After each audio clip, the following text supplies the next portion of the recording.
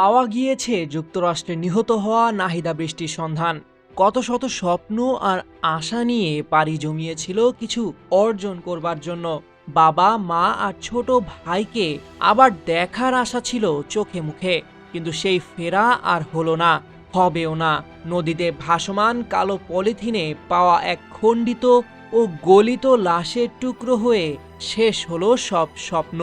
যুক্তরাষ্ট্রের ফ্লোরিডায় Howard Franklin ব্রিজের কাছে জলাশয় থেকে উদ্ধার হওয়া দ্বিতীয় পলিথিনের ব্যাগটিতে থাকা পচনশীল দেহাংশটি যে মেধাবী ছাত্রী নাহিদা সুলতানা বৃষ্টির, তা শুক্রবার নিশ্চিত করেছে পুলিশ।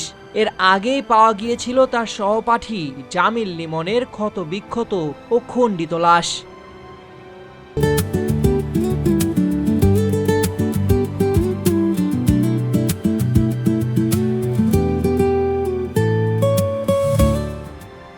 ঘাতক রুমমেট হিশাম আবু ঘর বেয়ে লিমনের পা প্রায় শরীর থেকে বিচ্ছিন্ন করে তাকে পলিথিনে ভরে রাস্তার পাশে আবর্জনার মতো ফেলে দিয়েছিল।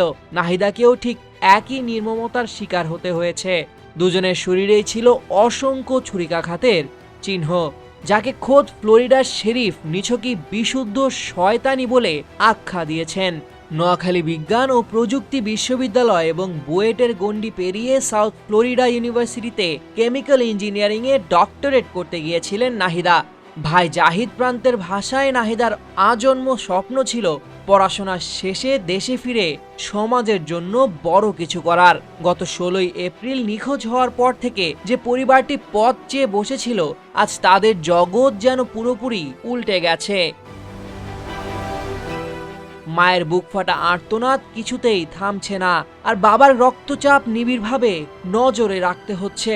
ওয়াশিংটনের বাংলাদেশ দূতাবাস ও মিয়ামির কনসুলেট নাহিদার এই গলিত ও খণ্ডিত দেহাবশেষ দেশে পাঠানোর প্রক্রিয়া ইতিমধ্যে শুরু করেছে। লিমনের মরদেহ 4 মে দেশে পৌঁছানোর কথা, কিন্তু যে মেধাবী সন্তান নিজের পায়ে হেঁটে এক বুক আশা নিয়ে দেশ ছেড়েছিল, তাকে আজ ফিরতে হচ্ছে কালো পলিথিন ব্যাগে মোড়ানো পচনশীল মাংসপিণ্ড হয়ে। এ বীভৎস হত্যাকাণ্ডের পর পরিবারের কাছে তার দেহটা সম্পূর্ণ বা ঠিক মতো পৌঁছাবে কিনা তা নিয়েও তৈরি হয়েছে এক বুক ভাঙা অনিশ্চয়তা। তাদের সহপাঠীদের মতে উচ্চশিক্ষার এমন করুণ পরিণতি আর স্বপ্নের এমন নির্মম মৃত্যু মেনে নেওয়া যায় না।